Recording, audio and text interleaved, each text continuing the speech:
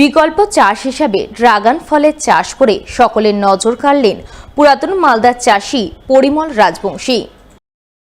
পুরাতন মালদার গোয়ালপাড়া এলাকা ওই চাষি বর্তমানে নিজের প্রায় 1 বিঘা জমিতে গত 2 বছর ধরে চাষ করছেন ড্রাগন ফল।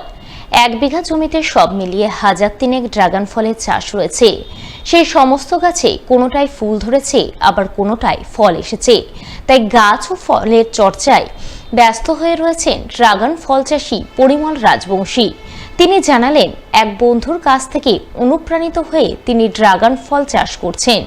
গত 2 বছরের মধ্যেই বুঝতে পেরেছেন ড্রাগন ফল লাভদায়ক চাষ, কারণ বর্তমানে বাজারে ড্রাগন ফলের দাম রয়েছে বেশ ভালো। তাই অন্যান্য ফল বা ফসলের চেয়ে ড্রাগন ফলের চাষ করে তিনি বেশি লাভের মুখ দেখতে পাচ্ছেন।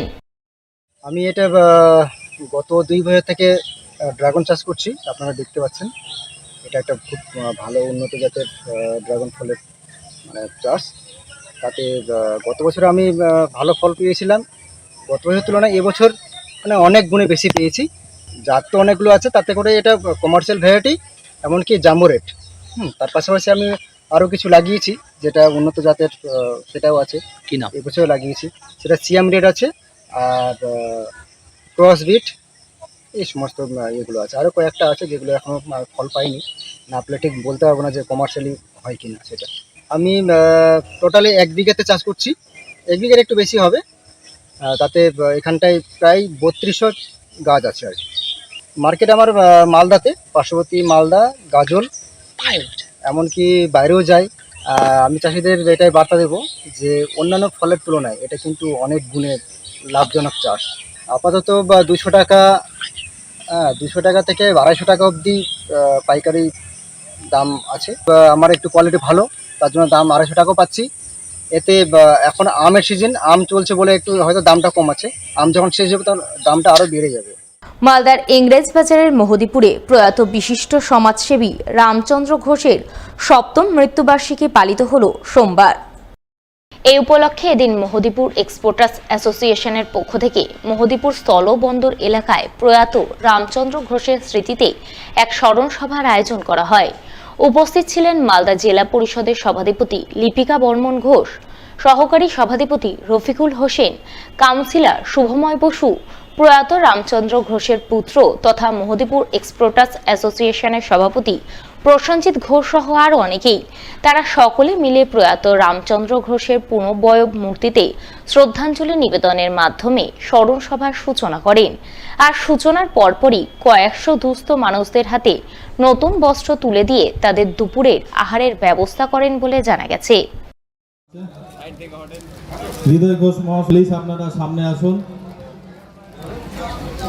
উপলক্ষে দুস্থদের আস্তে আস্তে সকলকেই বস্ত্র দেওয়া হবে, ধৈর্য রাখুন।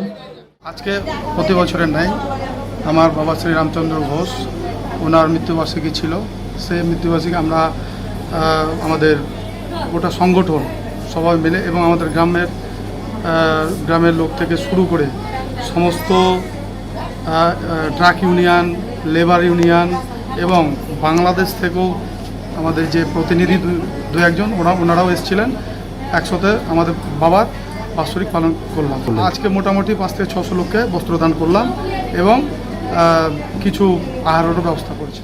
সবুজায়ন গড়ে তুলতে সোমবার পুরাতন মালদার নারায়ণপুর সোনাঝুরি গ্রামে কাঁঠাল গাছের চারা বিতরণ করলেন এক স্বেচ্ছাসেবী সংস্থার সদস্যরা।